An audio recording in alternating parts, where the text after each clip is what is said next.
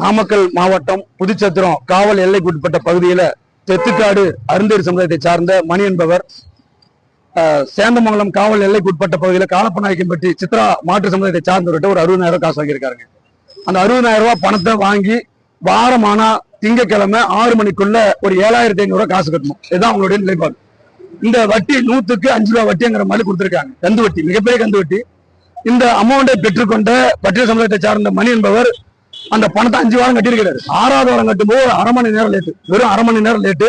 அந்த 1/2 மணி நேரத்துல பணத்தை கட்டுறது லேட் ஆயிடுச்சுன்னு சொல்லி பொது இடத்துல பட்டியல் சமுதாயத்தை சார்ந்த மணி என்பவரை, மாற்று சமுதாயத்தை சார்ந்த சித்ரா என்பவர் பொது இடத்துல அவமதிக்க உள்நோக்கத்தோடு தகாத வார்த்தையில இவர்தான் இல்லை அவ்வளவு மோசமா கேவலமாக பேசி அந்த நபரை பணம் கொடுக்கல அப்படின்னா உங்களை பெட்ரோலை ஊத்தி நான் கொன்றுவேன், கொளுத்திடுவேன்னு சொல்லி கொலை மிரட்டல் ஏற்படுத்திருக்கிறார்.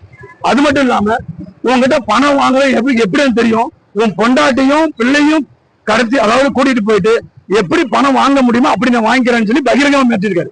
இந்த மன உளைச்சல்ல அவர் என்ன பண்றாரு, அவருடைய சொந்த ஊர்ல மரத்துல தூக்கு போட்டுக்கிறாரு.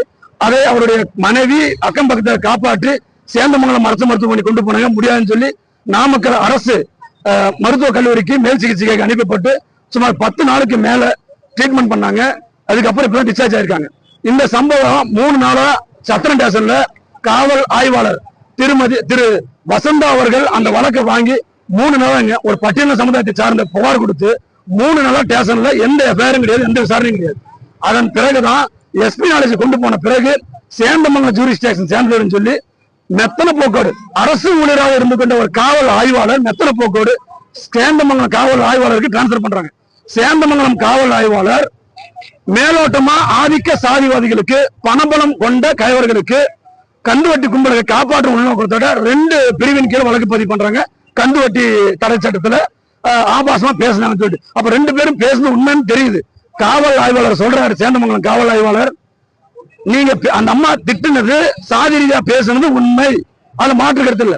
ஆனா எங்க அதிகாரி சொன்னதான் நாங்க பிசிஆர் கேஸ்ல போடுவோம், வன்கொடுமை வழக்க நாங்க பதிவு பண்ணு சொன்னது பிறகு அதையும் நாங்க எஸ்பி ஆபீஸ்ல சொல்றோம். எஸ்பி ஆபீஸ்ல சொல்லி 12ஆம் தேதி புகார் கொடுக்கிறோம். இன்னைக்கு வரைக்கும் கிட்டத்தட்ட 13 நாள் ஆயிடுச்சு, இது வரைக்கும் நடவடிக்கை இல்லை. தமிழ்நாடுடைய புது அரசு டிவிக்கே வந்த பிறகு, ஆட்சி மாற்றம் வந்த பிறகு பட்டியல மக்கள் காவல்துறைக்கு முழு சுதந்திரம் கொடுத்தாங்க அப்படின்னு சொல்றாங்க. முழு சுதந்திரம் கட்டவிழ்த்து விட்டுப்பட்டிருக்கு அப்படின்னு கேட்டா வன்கொடுமை வழக்கு மிகப்பெரிய மெத்தன போக்க கையாளுறாங்க.